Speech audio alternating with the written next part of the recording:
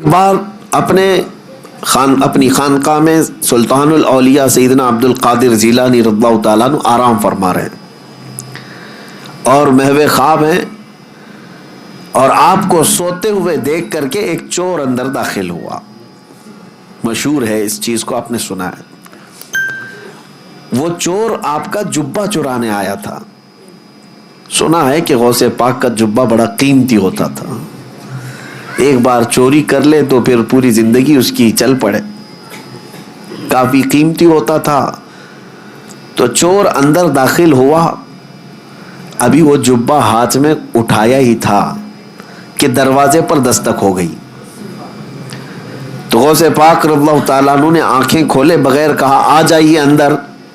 دروازہ کھولا، اندر آئے ایک صاحب۔ وہ کون تھے؟ حضرت خضر علیہ السلام تھے۔ حضرت خضر علیہ السلام آئے اور کہا سیدی کس سے؟ حضرت شیخ عبد القادر جیلانی رضی اللہ تعالیٰ عنہ سے کہا بصرہ کے یا کسی شہر کے قطب کا انتقال ہو گیا، وہاں پر قطب اب کون ہوگا؟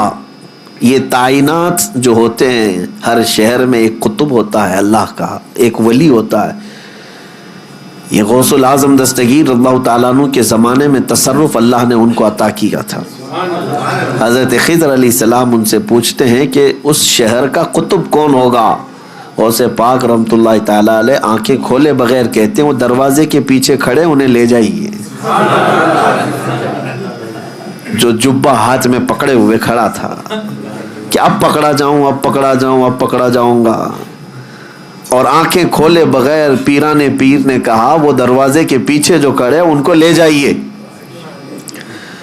حضرت خضر علیہ السلام نے دروازہ کھینچا تو دیکھا ایک سادہ سا آدمی ہے، جبہ ہاتھ میں اٹھایا ہوا ہے اور تھر تھر کانپ رہا ہے۔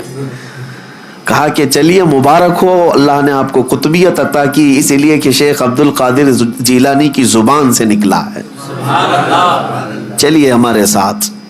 اب وہ شخص حیرت میں تھا کہ میرے ساتھ کہیں کوئی مذاق نہ ہو رہا ہو، اور وہ دوڑتے ہوئے پھر غوث پاک کے قدموں میں آیا، کہا روتے ہوئے مجھے معاف کریں، مجھے معاف کریں، کیا یہ میرے ساتھ کوئی مذاق تو نہیں؟ غوث پاک رضی اللہ تعالیٰ عنہ نے فرمایا شیخ عبد القادر جیلانی کو اللہ نے یہ طاقت عطا کی ہے کہ وہ جو زبان سے نکالے اللہ اس کو پورا کر کے رہتا ہے۔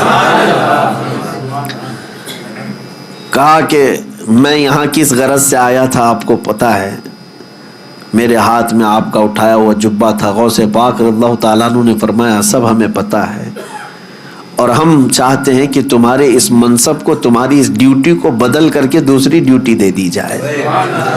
اب یہ واقعہ تو ہم نے سنا، کئی مرتبہ سنا، لیکن ایک بزرگ سے میں نے سنا، اور انہوں نے یہ بیان فرمایا اور کہا کہ بیٹا آپ جانتے ہو چوری کرنے والے کو تو سزا دی جاتی ہے، اسلام سزا دیتا ہے، اور یہاں وہ جبہ ہاتھ میں لے کر چرایا ہوا آدمی رنگے ہاتھوں پکڑا گیا، سزا دیتے ہاتھ کاٹتے ہیں، اور اس کو بجائے اس کے کہ صرف معاف کر کے چھوڑتے پھر قطبیت کا مقام بھی دے دیا۔